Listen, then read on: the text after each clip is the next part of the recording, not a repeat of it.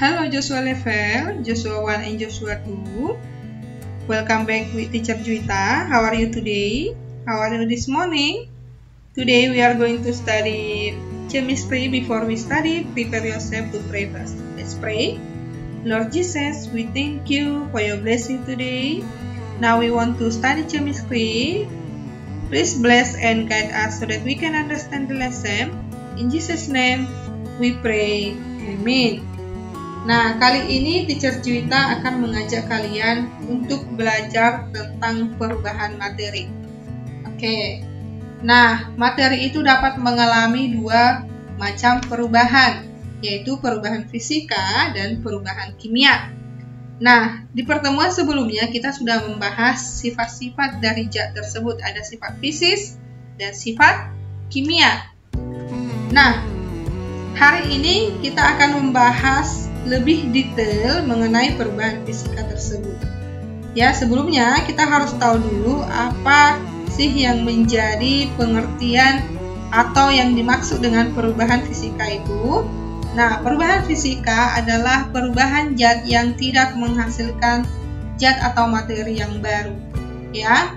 Nah, sebelumnya kita sudah tahu bahwa sifat fisis itu adalah sifat yang tidak menghasilkan zat baru atau tidak ada reaksi kimia yang terjadi. Ya, jadi kita hanya mengamati dari penampilannya saja.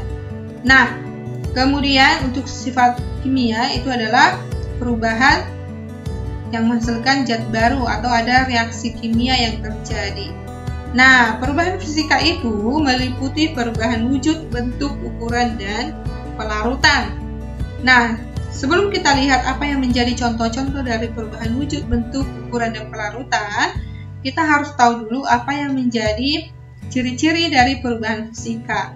Ya, jadi ketika kita menentukan perubahan yang terjadi pada sebuah materi, kita harus tahu dulu apa yang menjadi ciri-ciri dari perubahan fisika dan juga perubahan kimia.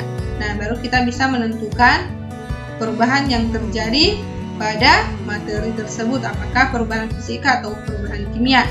Nah, ada beberapa ciri-ciri dari perubahan fisika. Yang pertama, terjadi perubahan wujud. Yang kedua, terjadi perubahan bentuk. Yang ketiga, bersifat irreversibel atau dapat kembali ke bentuk semula atau ke awal. Yang keempat, sifat zat yang dimiliki sebelum dan sesudah perubahan adalah sama. Nah, untuk perubahan yang terjadi pada bentuk dan wujudnya itu tidak pada sifatnya, ya. Jadi tidak terjadi pada sifatnya, tapi hanya terjadi pada bentuk dan wujudnya saja. Nah, kita lihat contoh untuk perubahan bentuk, ya, bentuk dan ukuran. Nah, ini contoh yang bisa kita amati di sekitar kita, contoh dari perubahan bentuk dan ukuran.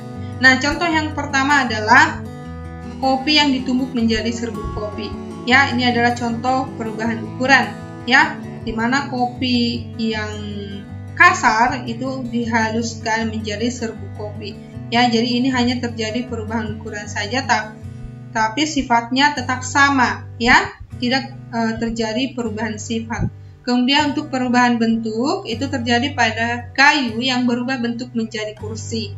Kemudian untuk contoh lain perubahan ukuran adalah beras yang ditumbuk menjadi tepung, ya. Jadi hanya ada perubahan ukuran, tidak ada perubahan sifatnya. Tetap dia wujudnya padat, ya. Nah, hanya ukurannya saja yang berbeda. Itu dia untuk perubahan bentuk dan ukuran. Kita lihat untuk perubahan wujud.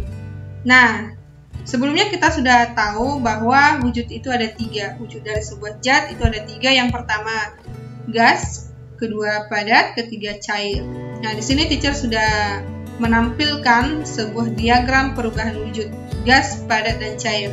Ya, di mana yang pertama perubahan wujud gas menjadi padat itu dinamakan dengan mengkristal. Kemudian perubahan wujud padat menjadi gas dinamakan dengan menyublim. Lalu perubahan wujud gas menjadi cair dinamakan dengan mengembun. Kemudian perubahan wujud cair menjadi gas dinamakan dengan menguap. Lalu perubahan wujud padat menjadi cair dinamakan dengan mencair. Kemudian yang terakhir, perubahan wujud cair menjadi padat dinamakan dengan membeku. Nah, sekarang kita lihat apa yang menjadi contoh-contoh dari perubahan wujud padat, gas, dan cair ini. Oke, yang pertama adalah perubahan wujud gas menjadi cair atau disebut dengan mengembun. Nah, contohnya adalah ini yang ada terjadi di sekitar kita, ya, atau yang dapat kita amati. Misalnya yang pertama adalah terbentuknya embun di pagi hari. Ya, ini adalah uap air yang menempel di daun atau di bunga, ya. Nah, ini namakan dengan bilur-bilur. Nah, bilur-bilur ini disebut juga dengan embun. Ya, jadi pasti anak-anak pernah melihat, ya, sewaktu pagi hari atau pagi buta, ya, kita sering melihat embun-embun pada daun atau bunga, ya. Nah, ini peristiwa perubahan wujud gas, ya, di mana uap air menempel pada daun atau bunga, ya, sehingga berubah menjadi cair, ya, disebut dengan mengembun. Kemudian juga ketika air dipanaskan akan menghasilkan uap air dan uap air ini menempel di tutupnya. Nah, uap air yang menempel ini akan mencair. Nah, ini adalah peristiwa pengembunan, ya. Kita lihat yang kedua adalah perubahan wujud cair menjadi gas atau menguap. Contohnya adalah ketika kita memasak air, ya, itu akan menghasilkan uap air. Nah, uap air ini akan lepas ke udara. Nah, itu dia untuk menguap. Jadi tidak menempel. Jadi karena tidak ada tutupnya atau media untuk menempel, nah dia akan menguap ke udara. Kemudian untuk bensin yang dibiarkan terbuka di udara akan habis, ya, lama-kelamaan akan habis. Nah, kemudian untuk pakaian yang basah akan kering ketika dijemur di panas matahari. Ini adalah contoh dari perubahan wujud cair menjadi gas, ya. Oke, yang ketiga, perubahan wujud padat menjadi gas yang disebut dengan menyublim. Contohnya nih, kita sering melihat atau menggunakan kapur, ya, kapur barus. Nah, di mana kapur barus jika dibiarkan lama-kelamaan akan habis, ya. Jadi dari wujud padat menjadi gas, ya. Nah, jadi ini contoh untuk penyublim, ya. Oke, yang keempat, perubahan wujud gas menjadi padat atau disebut dengan mengkristal atau deposisi. Contohnya adalah proses terbentuknya garam, ya, di mana ketika air menguap itu akan membentuk sebuah garam, ya, akan membentuk kristal-kristal yang disebut dengan garam.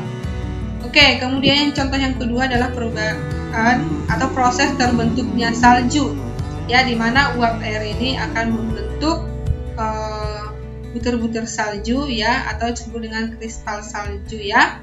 Nah, kemudian untuk contoh yang kelima, perubahan wujud padat menjadi cair atau disebut dengan mencair, ya. Untuk contohnya banyak sekali, ya. Contohnya adalah es batu yang mencair, ya, yang dibiarkan di tempat terbuka akan mencair. Kemudian juga mentega yang dipanaskan akan mencair. Kemudian lilin yang dipanaskan atau yang dibakar itu akan meleleh atau mencair. Oke, kemudian yang keenam adalah perubahan wujud cair menjadi padat atau membeku. Nah, contohnya nih, air yang kita masukkan ke freezer itu akan mengalami pembekuan. Nah, itu dia untuk perubahan wujud. Nah, untuk perubahan pelarutan, contohnya itu yang bisa kita amati adalah ketika kita melarutkan gula, ya, dalam air. Nah, itu adalah contoh pelarutan, ya. Jadi gula kasar kita larutkan dalam air akan menghasilkan gula air. Itu dia untuk pelarutan. Oke, sekian untuk hari ini, ya. Teacher harapkan anak-anak bisa paham penjelasan teacher mengenai perubahan fisika. Untuk perubahan kimia nanti akan kita bahas pada pertemuan selanjutnya. Ya, jadi kesimpulan hari ini adalah bahwa perubahan fisika itu meliputi perubahan bentuk dan ukuran, kemudian ada perubahan wujud dan perubahan pelarutan.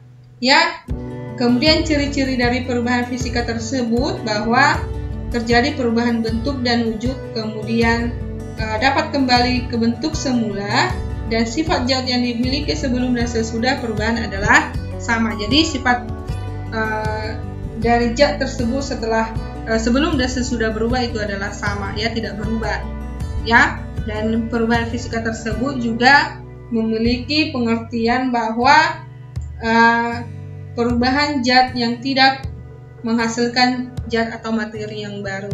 Nah, itu dia. Oke. See you next time and God bless you.